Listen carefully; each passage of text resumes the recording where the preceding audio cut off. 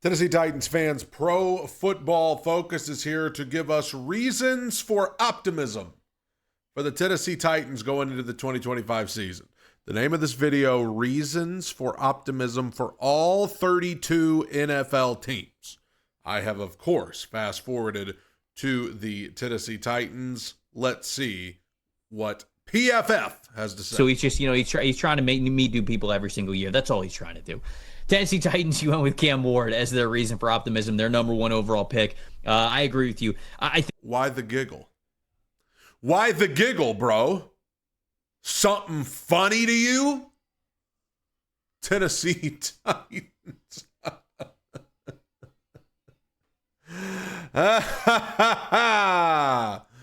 Oh, man.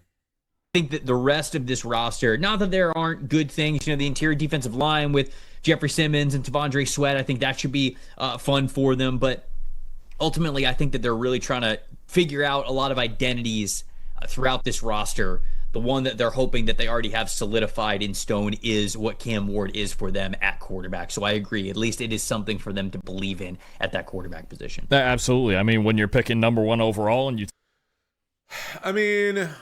it's not what fans want to hear, but that really is the only thing for this season that is very important.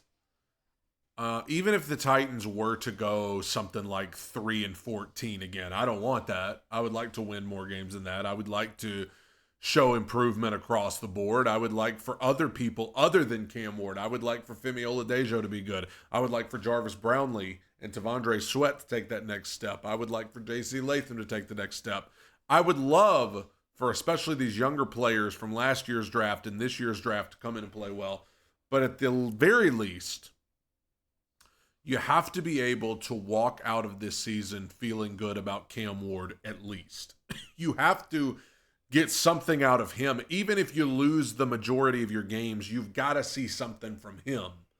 And I know that's not the most fun thing in the world because, of course, we all want to contend for the playoffs. We all, and you never know what's going to happen until the season starts going, and stranger things have happened before for sure. But I think going in, this is kind of the analysis you're going to get from people. The Titans have to see what they've got with Cam Ward. That's the most important thing. I compare it to the Patriots with Drake May last year. The Patriots were terrible, but they definitely saw enough from Drake May to where they feel very good about him going forward. take a new quarterback, that's your reason for optimism, right? You were the worst team in football last year. In the next 4 years, you're hitching your wagon to this guy, and he was the highest graded quarterback in college last year. He certainly earned that number one overall selection with the way that he played at Miami, and obviously I feel like you need to say that again. He certainly earned the number one selection, because there are still people who act like, oh, if it was any other year, he wouldn't have even been a first rounder. That's so bogus. Like, there were other teams offering a lot to trade up and get him. Working his way up from zero-star recruit to Incarnate Word to Washington State to Miami. So it's not like this guy has told him he has had people tell him he can't do it before, right? Starting out as a zero-star recruit in the FCS. So now going to what was the worst team in football last year, this has to be your biggest ray of hope, is Cam Ward as your quarterback and then building everything around him. Last one is the Washington Commanders. Yeah, I mean, when you take a new franchise quarterback first overall, I think that that becomes the new identity.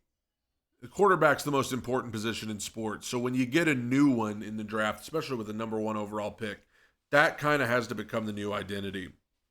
I wanted to see what maybe they said about some of the other teams here in the AFC South. Pass defense. Man, this defense in general, I mean, you've got guys who can fly around on this team. Specifically, that secondary, if fully healthy, man, what a fun secondary that is with guys like Caleb Bullock and Jalen Petrie and C.J. Gardner-Johnson and certainly Derek Stingley and Kamari Lassiter as well at the cornerback positions. I mean, this is a fun secondary, and it could be very well one of the best in the NFL. I agree with you. Absolutely. I think, and then you look at the pass rush up front with Will Anderson. As I said, on paper, Houston should take the AFC South. They should.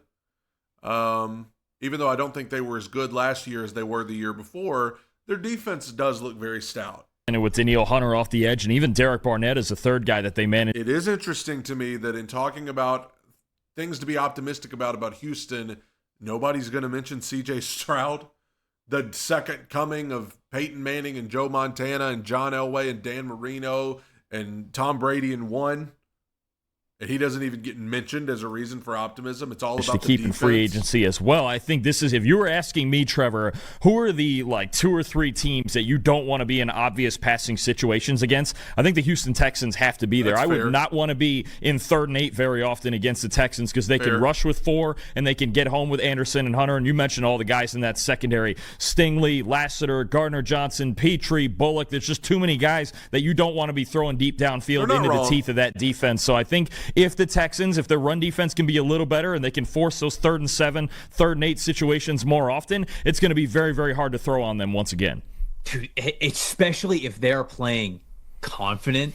Like, secondary play is all about playing with confidence. About anybody. These dudes are dogs. I mean, the mentality of players like C.J. Gardner-Johnson and Jalen Petrie and Derek Stingley, and even some of these younger guys like Jalen Smith.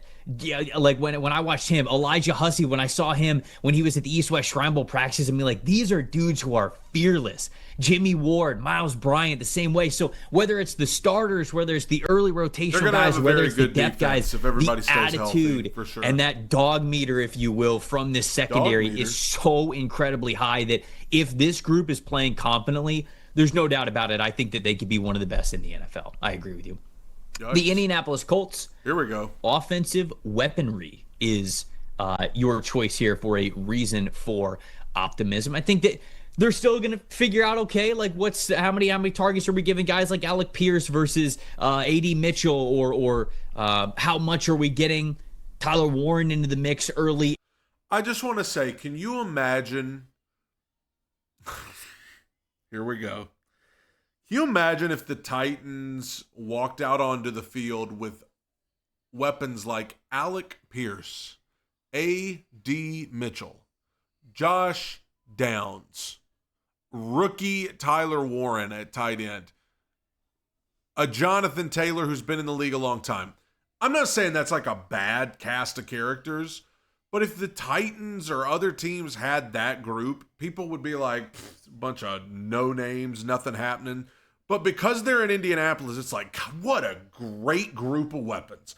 Alec Pierce, A.D. Mitchell, Josh Downs, Tyler Warren, Jonathan Taylor. Again, not saying that's like a bad supporting cast there at all for old AR or Daniel Jones, but like, they just, like, this is the reason for optimism, is that group right there. I mean, they're fine. I'm not saying it's like, yeah, I'd like to have Alec Pierce. I'd like to have Josh Downs. But, like, the way they talk about this supporting cast for Indianapolis is just like, oh, God, I mean, whew, fantastic.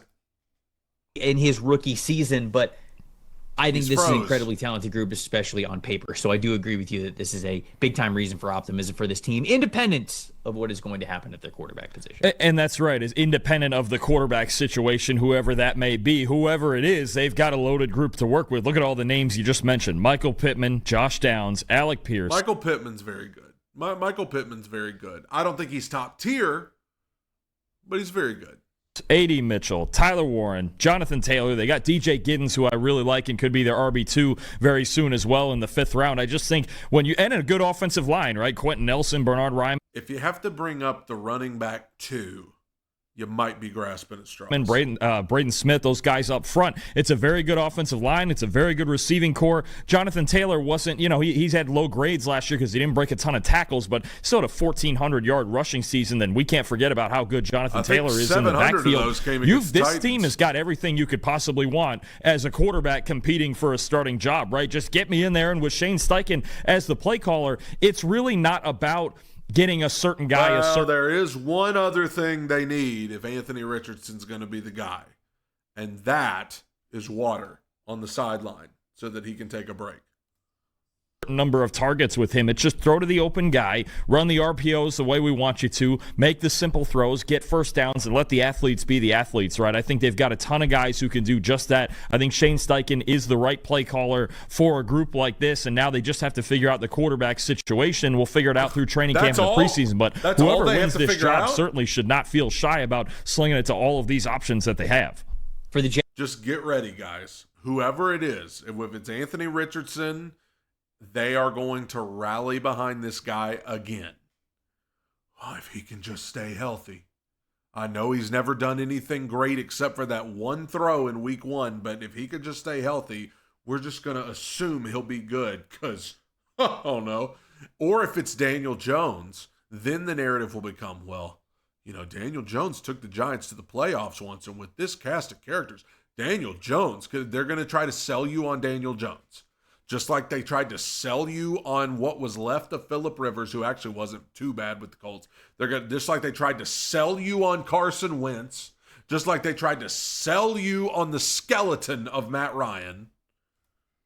Jags, you went with Travis Hunter. So, all of the draft assets and everything that they gave up to go to number 2 overall to go get him. And just his presence, I think you have him listed wide receiver corner, and I would agree with you. I would also list him the same way and just everything that he could be to that franchise. But he is the ultimate reason for optimism, in my opinion, because he was the best player in this draft. He's been one of the best players in college football over the last couple of years, certainly won the Heisman Trophy this past year as evidence to that.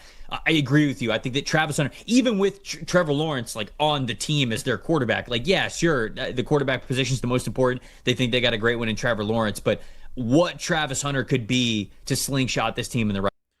How about that, Trevor? How about that, my friend?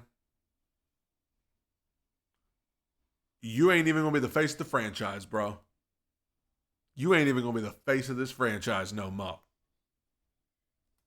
Right direction. I agree with you wholeheartedly. That's the biggest reason for optimism going into this season. Yeah, and I think James Gladstone even said as much when he was talking about trading up for him and getting not just Travis Hunter the player, but Travis Hunter the person, and how driven he is to be great and possibly be great on both sides of the field, right? And you're talking about a guy who has wide receiver 1 potential and CB1 potential on defense. He's been practicing both. I find it hard to believe he's going to be able to consistently do that at the NFL level. Not that he's not a great athlete, not that he's not talented, but you are asking so much of your body at that point. I know the focus has been more so on him as a receiver, but he's been practicing on both sides, picking his spot, picking his days of when he's going to go on defense as well. And I just think he is just the ultimate light, right? He's like the ultimate optimism guy when you talk about somebody who we've never seen anybody like him before. We've never seen somebody win a Heisman Trophy the way he did last year at Colorado, and that's what he was at Colorado. We've already seen this for 2 years. Him and Shedeur Sanders were the bright lights, and they've already both been mentioned on this show, but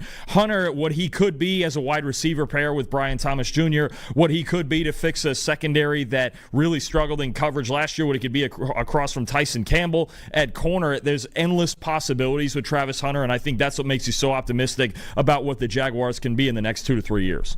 You went a little into the weeds with the Kansas City Chiefs, and reason for optimism with the Kansas City Chiefs. Let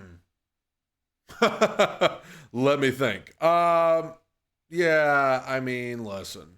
I'm not going to lie. If I were a Jaguars fan, I would be excited about Travis Hunter. I would also like to see these guys do a segment about reason for pessimism for every team, because I would be interested to see what they would say about that. So somebody let me know if that exists. But I mean, as annoyed as I get with the Anthony Richardson stuff, I'm kind of getting annoyed with the Trevor Lawrence stuff too. Because he's had even longer to prove it, and he ain't proven nothing. And we still just waiting. We're just waiting. Lord, the season's coming, folks. Tighten up.